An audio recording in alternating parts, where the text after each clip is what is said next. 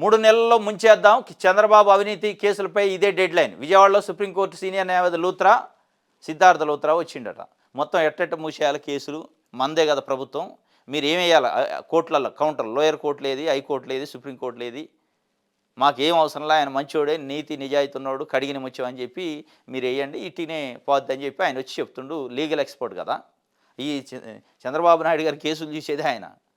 అంటే ఇప్పుడు గమ్మత్తు ఎట్టుందంటే, చంద్రబాబు నాయుడు గారు ఒక రకంగా అక్కడ అంటే గవర్నమెంట్కి వ్యతిరేకంగా ఉన్న ముద్దాయి, ఒక రకంగా ముద్దాయి మీన్స్ అక్యూజ్డ్కి బెయిల్ వచ్చింది. ఇప్పుడు అక్యూజ్డ్ తరపున ఉన్న సిద్ధార్థ లూత్రా ఇవాళ ప్రభుత్వానికి వాదన, ఎవరి మీద ఎవరు కేసు పెట్టారు? ప్రభుత్వం చంద్రబాబు నాయుడు గారి మీద కేసు పెట్టింది. ప్రభుత్వం ఏదైనా ఉండొచ్చు, జగన్మోహన్ రెడ్డి ఏదైనా కావచ్చు, చంద్రబాబు కావచ్చు. ఆంధ్రప్రదేశ్ ప్రభుత్వం చంద్రబాబు నాయుడు గారి పైన అభియోగాలు మోపింది.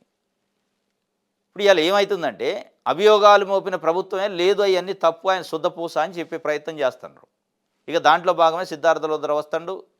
ఎవరైతే చంద్రబాబు నాయుడు గారి కేసు మీద కొట్లాడాల్సిన ఆఫీసర్లకి ఆయనే కౌన్సిలింగ్ ఇస్తాడు ఏం చెప్పాలనేది. ఇక ఆ పరిస్థితి వచ్చింది. వాస్తవంగా ఏం చేయాలి?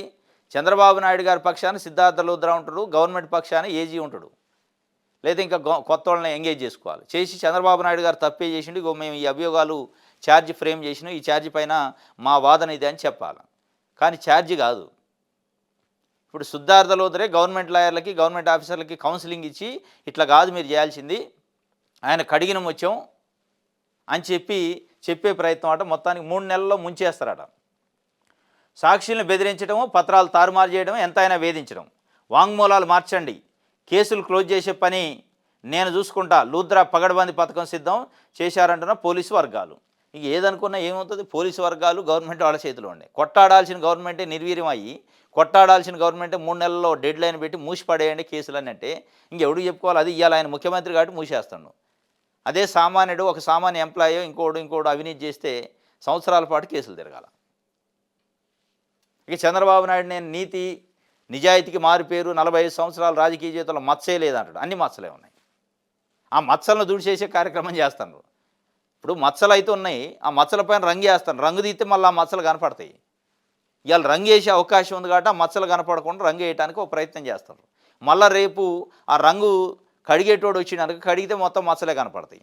మచ్చలు లేకుండా ఉంటే ఈ బాధలు ఎందుకు? సుప్రీంకోర్టు, హైకోర్టు, లోయర్ కోర్టు, ఆ కోర్టు, ఈ కోర్టు, 55 రోజుల పాటు జైల్లో ఉండే అవసరం ఏమవుద్ది?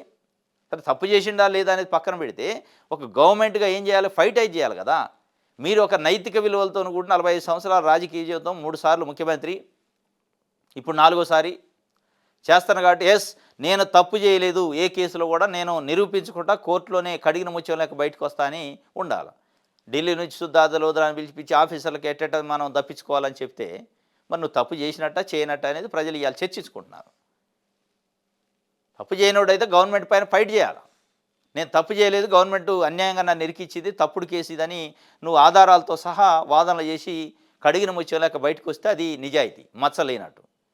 ఈ తప్పు చేసిన ఆయన భయం ఉన్నప్పుడే లూత్రా లాంటి వాళ్ళని ఇంకోళ్ళని XYZ పిలిచి గవర్నమెంట్ ఆఫీసర్ల నుంచి ఫీడ్బ్యాక్ ఇప్పించి ఎట్ట తప్పించుకోవాలో చూస్తారు.